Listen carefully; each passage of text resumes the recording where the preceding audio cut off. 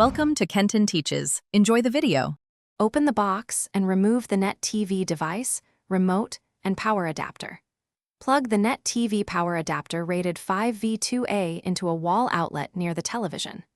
Insert the HDMI cable into an available HDMI port on the TV and select that input with your TV remote.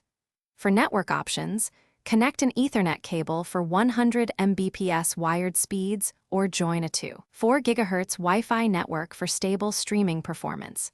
Install 2 AAA batteries in the remote, then press the power button to begin the initial boot sequence.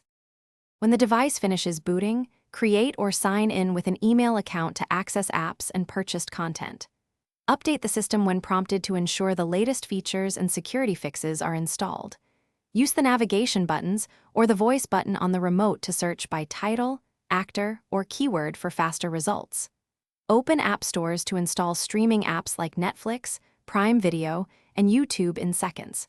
To manage data, choose 720p playback to use approximately 3 GB per hour of streaming. If video stutters or apps freeze, restart the Net TV by unplugging power for 10 seconds and then reconnecting. For persistent problems, perform a factory reset by holding the reset button for 10 seconds while powered on. Note this erases accounts and settings. Check network speed and switch from 2.4 GHz to Ethernet for better reliability when available. Clear app cache in settings to recover storage and improve performance. Finally, set a 4-digit PIN to enable parental controls and prevent unauthorized purchases on the device.